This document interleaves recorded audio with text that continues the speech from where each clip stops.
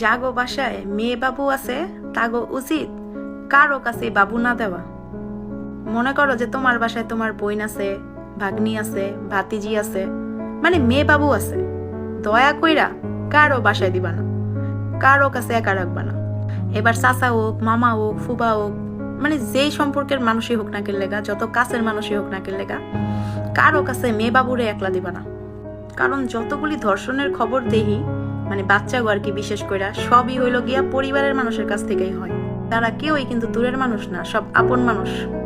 যেই দেশে একটা 5 বছরের বাচ্চা, একটা 7 বছরের বাচ্চা যারা এখনো মেয়ে হয়েই ওঠে নাই, ওরা নিরাপদ না, সেই দেশে আসলে উচিতই না কারো কাছে মেয়ে বাবু দেওয়া। কথাটা শুনতে যদিও খারাপ লাগতে পারে, কিন্তু এই কথাটা কিন্তু সত্যি। সবচেয়ে বেশি কষ্ট কখন লাগছে জানো? যখন দেখলাম যে একটা রমজান মাস, একটা পবিত্র মাস, এরকম সময় মানে একটা 8 বছরের বাচ্চা যে কিনা এখনো পুরোপুরি মেয়েও হয়ে ওঠে নাই, মানে আসলে কিছু বলার নাই। হ্যাঁ, মানে আমি যখন খবরটা দেখছি আমার যে কি পরিমাণ মানে কেমন লাগছে, এর লেগা কইলাম যে কারো কাজ মানে কারো উচিতই না যে মেয়ে বাবু হইলে কারো কাছে রাখা। কারণ মানুষ যে কখন অমানুষ হয়ে যাবে এটা তো আর কেউ কইতে পারে না। মানুষ আর অমানুষ দেখতে কিন্তু একই রকম। এই দেশে বিচার হয় কি, যাবজ্জীবন হয়, কয়দিন পর আসামি ঠিকই বাইর হয়ে যায় না। কি কম, আর কিছু করার নাই। 8 বছরের বাচ্চাটার লিগা দোয়া করা ছাড়া তো আর এখন আর কিছু করার নাই। এর লেগা জাগো ঘরে মেয়ে বাবু আছে, সাবধানে রাখবা, ঠিক আছে? কারো কাছে একা রাখবা না, কোনো সময় না। এইবার সম্পর্কে হ্যাঁ তোমার যেই হোক, আল্লাহ সকলের হেদায়েত দান করুক। এত পবিত্র একটা মাস, এই মাসে নিউজ ফিডে খালি এই সমস্ত ঘটনা দেখতেছি। মানে আমি খালি চিন্তা করি যে একটা বাচ্চা ভাই, যে কোনো মেয়েই হয়ে ওঠে নাই, এর লোভ সামলাইতে পারে না। যাকা, মানুষ যে কখন জানোয়ার হইব এটা তো আর কেউ জানে না, বাও মানুষ। এর লেগা সবাই সবার বাসার মেয়ে বাবুকে সাবধানে রাখবা। দুবাইতে কোম্পানিতে জব করলে একটাই সমস্যা, ডিউটি শেষ হলেও গাড়ির জন্য বসে থাকতে হয়। 1 ঘন্টা, 1.5 ঘন্টা, 2 ঘন্টা বসে থাকো গাড়ির জন্য, কখন আসবে তখন যাও। কি একটা অবস্থা। বাইরে ভাই কি প্রেম! মানে আমগো সুগার মাম্মি, সরি খালাম্মা, কয়দিন আগে যে বয়ফ্রেন্ডের নামে ধর্ষণ মামলা দিল, আজকে দেখি হেরা মিলা গেছে গা। মানে হের কচি বয়ফ্রেন্ডের লগে হের মিল হয়ে গেছে গা। কঠিন প্রেম। শাহজাহান মমতাজের ভালোবাসা দেখিনি, তাতে কি হয়েছে? আমরা খালাম্মা আর কচি পোলার প্রেম তো দেখছি। ডিউটি থেকে এসে একটু সাজে আসলাম, আগের দিন কাপড় দিছিলাম, 2 দিন হয়ে গেছে কাপড় নেই। কাপড়গুলা সব জড়ো করে রাখছে। দেখেন, সকল প্রবাসী ভাই এবং বোনরা, আপনাদের উদ্দেশ্য করে বলতেছি, কে কত বছর হয়েছে প্রবাসী ঈদ করতেছেন অবশ্যই কমেন্ট করে জানাবেন। কত বছর হয়েছে ফ্যামিলি ছাড়া ঈদ করতেছেন। আর সামনে তো ঈদ চলে আসছে, শপিং প্ল্যানটা কি বলেন তো? আদৌ কি কোনো শপিং প্ল্যান আছে আপনাদের? আমার তো মনে হয় নাই। আমরা দেশে থাকতে কত জোর করে আমার এটা লাগবে, এটা লাগবে, এটা লাগবে, জোরাজোরি করে কত জেদ ধরে শপিং করতাম। আর এইখানে টাকা ইনকাম করি ঠিক, ঈদের সময় আসলে, ঈদের দিন আসলে কোনো ফিলিংস থাকে না। আজকে ঈদ, কেনাকাটা তো দূরের কথা। আর আমাদের ফ্যামিলিরা এখন লিস্ট করতে বসে গেছে কার কি লাগবে, না লাগলেও নেবে। কেউ একবার আমাদের ফোন দিয়ে জিজ্ঞেস করবে না তোমরা কি নিছো? আমার সাথে ওইটা হয়েছে। সবাই সবারটা বলবে, আমার এটা লাগবে, আমার ওইটা লাগবে, আমার ওইটা লাগবে, সবাই সবারটা বলবে। শুধু আমার ফ্যামিলির না, এটা সবার ফ্যামিলি। আমি মনে করি প্রত্যেকটা ফ্যামিলি এরকম হচ্ছে।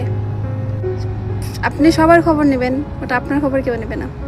ওকে মুখের কথা বলবে কি অবস্থা, কেমন আছো, বাট আদৌ আপনাকে কেউ জিজ্ঞেস করবে না যে তুমি আসলেই কেমন আছো, ভালো আছো কিনা, ভালোভাবে কাজ করতেছো কিনা। এটা বলার মতো কেউ নাই। তাদের কি লাগবে, তাদের কি চাই, তাদের কি চাহিদা, সেটা সবসময় বলে যাবে। সবসময় দাও দাও দাও দাও দাও, এটা সবার ফ্যামিলি। কেউ বুকে হাত দিয়ে বলতে পারবেন আমার ফ্যামিলি এরকম না? সবার থাকবে এরকম। আসলে আমাদের কিছু করার নেই। আমরা বিদেশে আসছি মানেই টাকার মেশিন হয়ে গেছি।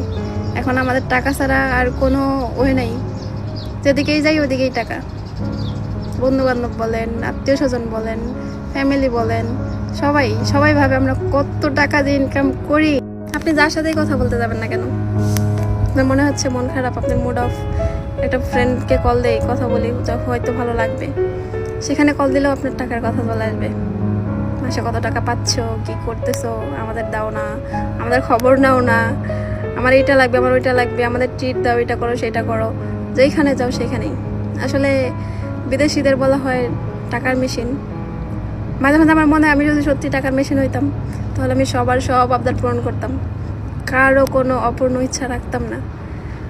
আমি কখনো নিজের কথা ভাবি না, সবসময় তাদের কথা ভাবি। আমি শুধু আমার কথা বলতেছি না, প্রত্যেকটা ফ্যামিলির কথা বলতেছি। আসলে কথাগুলো ভাবলে অনেক খারাপ লাগে, তারপরেও নিঃস্বার্থভাবে আমরা তাদের জন্যই করে যাই। তাদের মুখেই দিন শেষে একটু হাসি দেখতে চাই, নিজের সবটা তাদের ঘিরে। তো তারপরেও দোয়া করি, আমরা যেমনই থাকি, আমরা যতই কষ্ট করি, সবার ফ্যামিলির জন্য, আমার ফ্যামিলির জন্য, সবাই সবার জন্য দোয়া করব। দিন শেষে তারা যেন হ্যাপি থাকে, তারা যেন সুখী থাকে। আমরা তো ভালো আছি, আমরা যত কাজ করি না কেন, আমরা তো তাদের জন্যই আসছি। সো সবসময় দোয়া করবো তারা যেন ভালো থাকে। আর আপনাদের শপিং প্ল্যান কি আমাকে অবশ্যই কমেন্ট করে জানাবেন। যারা ভাবতেছেন বিদেশ আসবেন তাদেরকে আমি বলবো, ভাই দেশে বসে বাপেরটা খেয়ে কোনো লাভ নেই। বাপ ইনকাম করবে, আপনি খাবেন, আর কথায় কথায় বাপ মায়ের খোঁটা শুনবেন, কোনো দরকার নেই। আমি বলবো বিদেশ ভালো একটা কোম্পানি থেকে বিদেশ আসেন, মোটা অঙ্কের একটা টাকা স্যালারি পাবেন। কেমন আইডিয়াটা? যে বিদেশ নিয়ে সমাজে এত কথা, যে মেয়েদের ছোট করা হয় বিদেশ আসার কারণে, দিন শেষে সেই মেয়েগুলাই কিন্তু পরিবারের হাল ধরে। হ্যালো গাইস, আজকে কিন্তু রবিবার, আজকে আমাদের কোনো কাজ নেই, টোটালি কোনো কাজ নেই। তারপরেও ডিউটিতে এসে শুধু 10টা ঘন্টা এইভাবে বসে থাকতে হবে। দেখেন ডিউটিতে আসছি 6:30টায়, এখন বাজে 7:30, আরও 9 ঘন্টা এইভাবেই বসে থাকতে হবে, তারপর চলে যাও। এটা কোনো ডিউটি হলো? এটা কোনো কথা হইলো? পারলে তো তোমরা একদিন ছুটিও দিতে পারো না, সেটা করবে না।